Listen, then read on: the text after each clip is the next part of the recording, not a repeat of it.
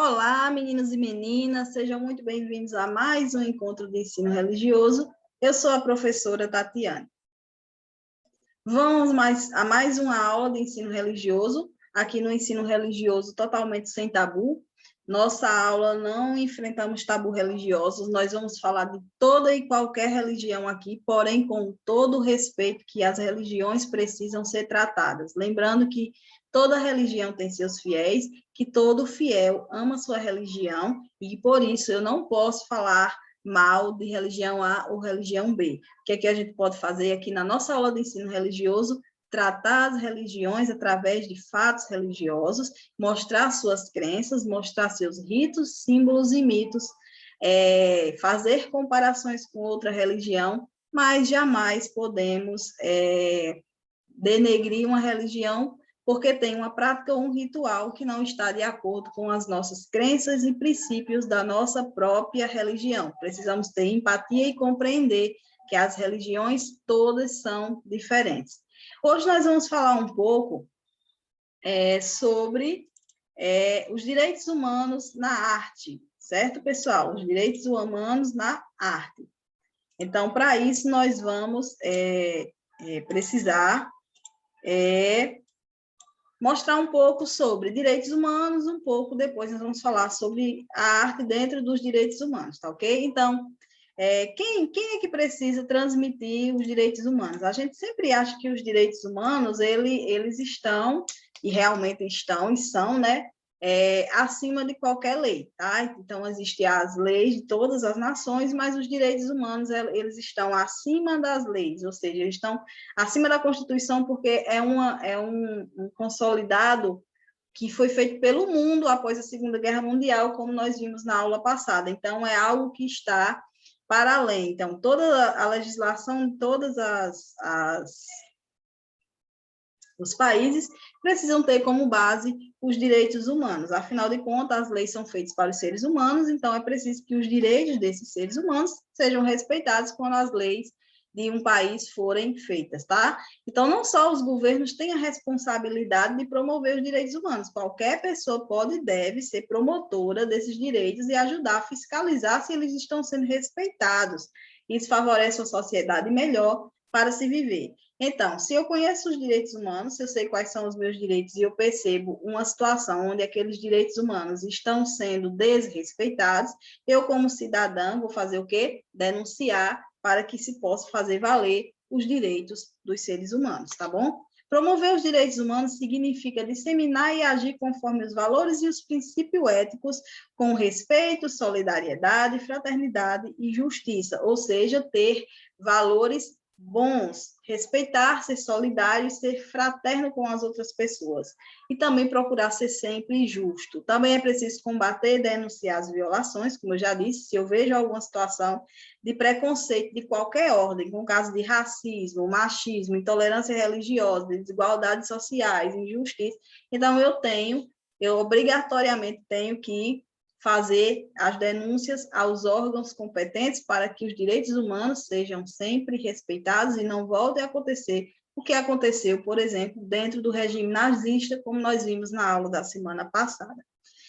Então, como isso é um tema muito forte, tá? Ele transpassa muitos setores da nossa sociedade.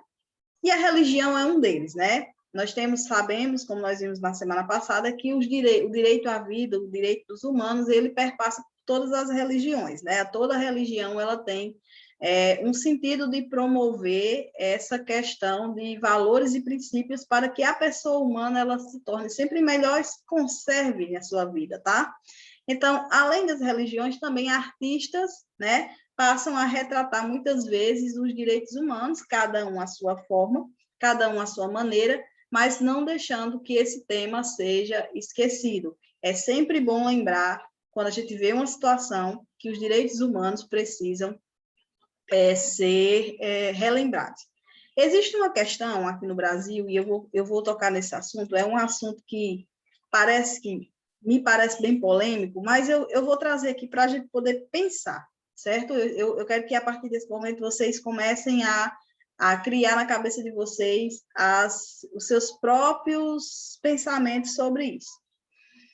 A gente sabe que existe muito jornal policial, por exemplo. Eu vejo muito isso em jornal policial, apesar de eu não assistir muito, assim, faz anos que eu não assisto, mas eu vejo muito, por exemplo, apresentadores de jornais policiais falando mal do pessoal dos direitos humanos. Por quê? Muitas vezes a gente vê, né, infelizmente, que tem pessoas que fogem dos valores e dos princípios e praticam crimes e praticam barbaridades com outros seres humanos, certo? São os criminosos, né? Eles vão, eles fazem, eles acontecem, e aí existe muita crítica porque o pessoal, eles chamam o pessoal, mas os direitos humanos, eles vão proteger a vida daquela pessoa que acabou de cometer um assassinato. Então, os direitos humanos, quando acontece isso, chega-se, né, aos funcionários, as pessoas que trabalham com os direitos humanos, para proteger a vida do bandido, daquela pessoa que acabou de fazer uma barbárie, de matar várias pessoas, estuprar. Então, os direitos humanos, eles chegam para proteger aquele bandido. Por quê? Que os direitos, aí existe aquela pergunta, por que os direitos humanos não protegem outras pessoas? Protegem. Os direitos humanos, eles são para todos. Mas naquele momento em que aquele bandido está ali, que ele acabou de cometer uma barbaridade, a vida dele está em risco, certo? A vida dele está em risco. Por quê? Porque a população quer se vingar, porque pode haver uma represária, porque pode acontecer muitas coisas que formem um tumulto e que coloca a vida dele em risco. A pessoa que ele matou, as pessoas que infelizmente perderam a vida pela mão daquele bandido, elas não vão mais voltar. Então, são vidas que, infelizmente, já foram perdidas. E os direitos humanos, eles trabalham para proteger as pessoas que ainda estão vivas. E é por isso que os direitos humanos chegam para proteger aquela pessoa de não ser morta, entenda?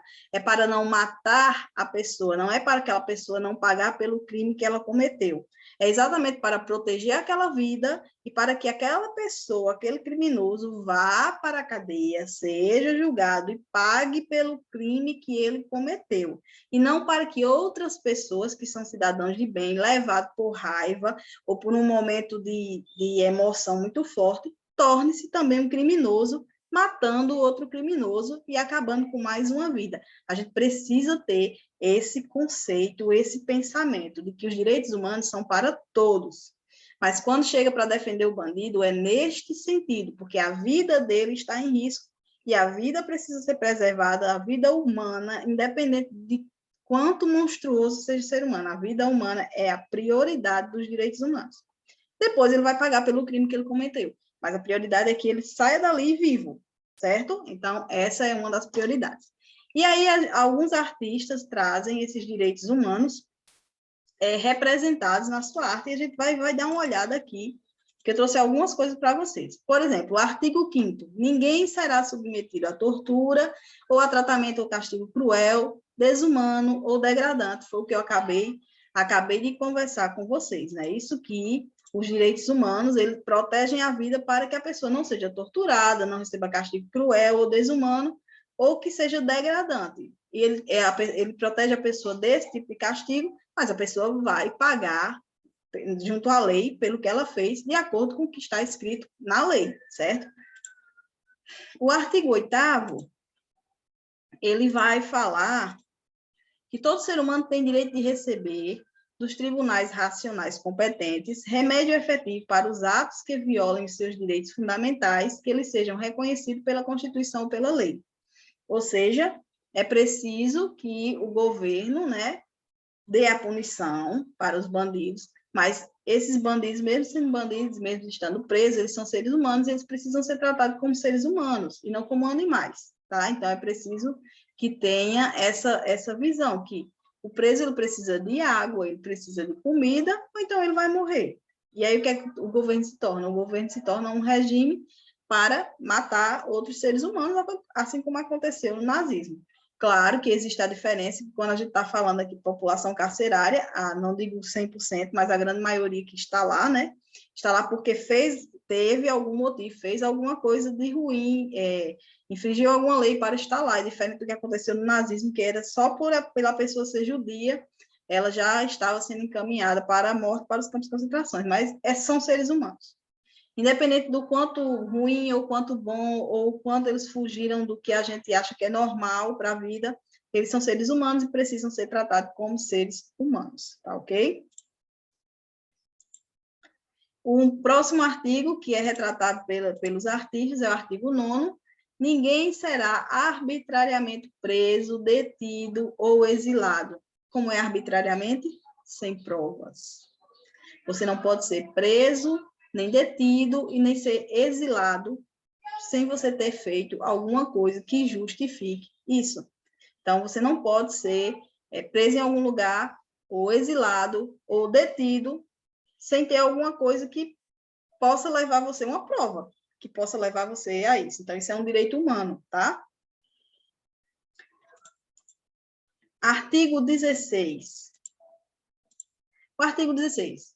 Os homens e mulheres de maior idade, sem qualquer restrição de raça, nacionalidade ou religião, têm direito de contrair matrimônio e fundar uma família. Gozar de iguais direitos em relação a casamento, sua duração e sua dissolução. O casamento não será válido senão com o livre e pleno consentimento dos nubentes, ou seja, das pessoas que querem casar-se. A família é o núcleo natural e fundamental da sociedade, tem direito à proteção da sociedade e do Estado.